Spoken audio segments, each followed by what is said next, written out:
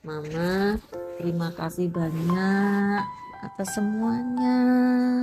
Supportnya Mama, dukungannya Mama. Masya Allah. I love you, Ma. Mama tuh berkat Allah. Iya, makasih ya, Ma. Tulisan ini tuh aku iniin buat Mama.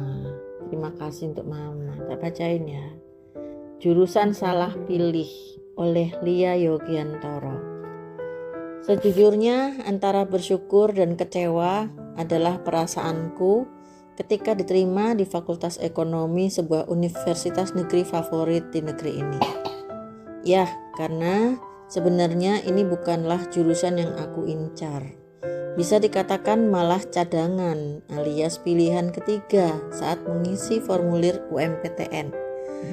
Memilih jurusan perkuliahan memang cukup membuatku pusing kala itu, karena minat dan bakatku lebih ke jurusan desain dan seni rupa. Namun apa daya, aku belum berhasil lolos bersaing dengan peminat lainnya.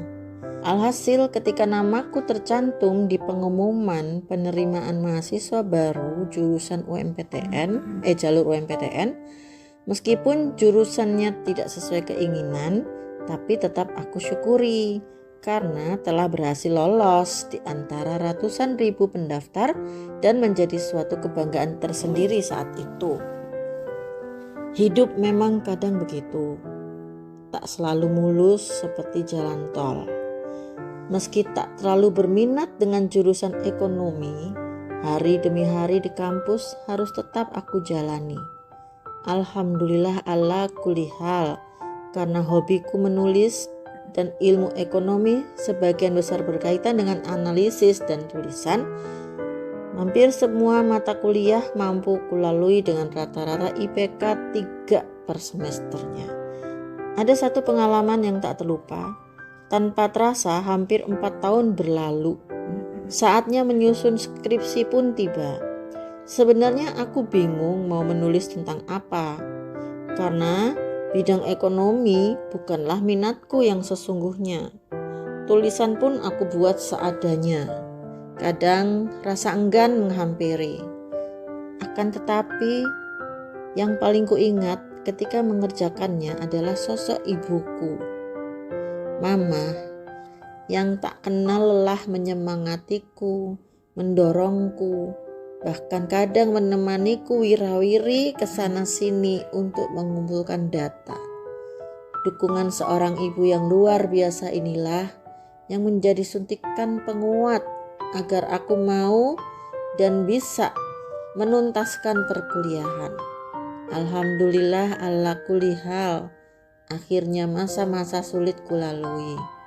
Lulus skripsi dengan nilai cukup dalam kurun waktu setahun ada sebuah pencapaian luar biasa menurutku, mengingat beberapa kendala dari diri sendiri yang harus kuatasi.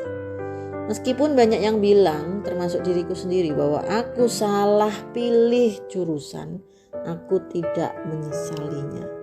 Belakangan ketika mulai mengenal tentang kodok dan qadarnya, aku semakin belajar bersyukur atas apapun yang ditetapkan Allah untuk diri ini. Seperti di surat Quran Ibrahim ayat 7, sesungguhnya jika kamu bersyukur, pasti kami akan menambah nikmat kepadamu. Tetapi jika kamu mengingkari nikmatku, maka sesungguhnya azabku sangatlah pedih.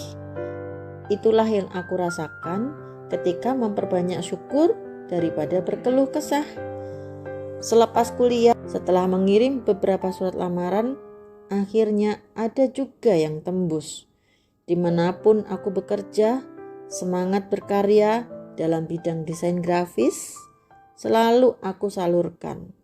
Entah itu membuat layout menu atau flyer perusahaan, sampai akhirnya aku diterima di sebuah media sebagai desainer grafis departemen promosi. Masya Allah, tabarakallah, mungkin inilah yang namanya autodidak, alias belajar sendiri tanpa jalur pendidikan formal atau informal.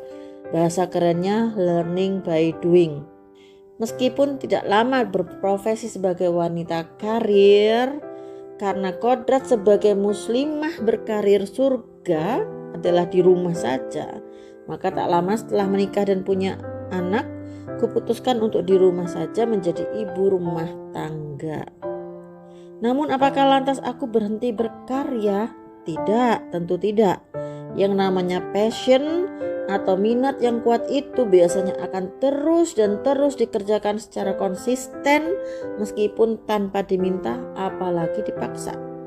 Sebagai seorang ibu rumah tangga yang juga aktif di komunitas pengajian, aku tetap mendedikasikan minat seni grafisku kali ini dalam dunia dakwah.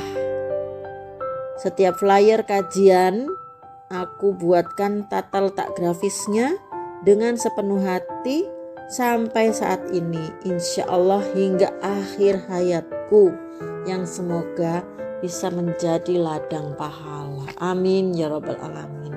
Mama, terima kasih banyak atas semuanya.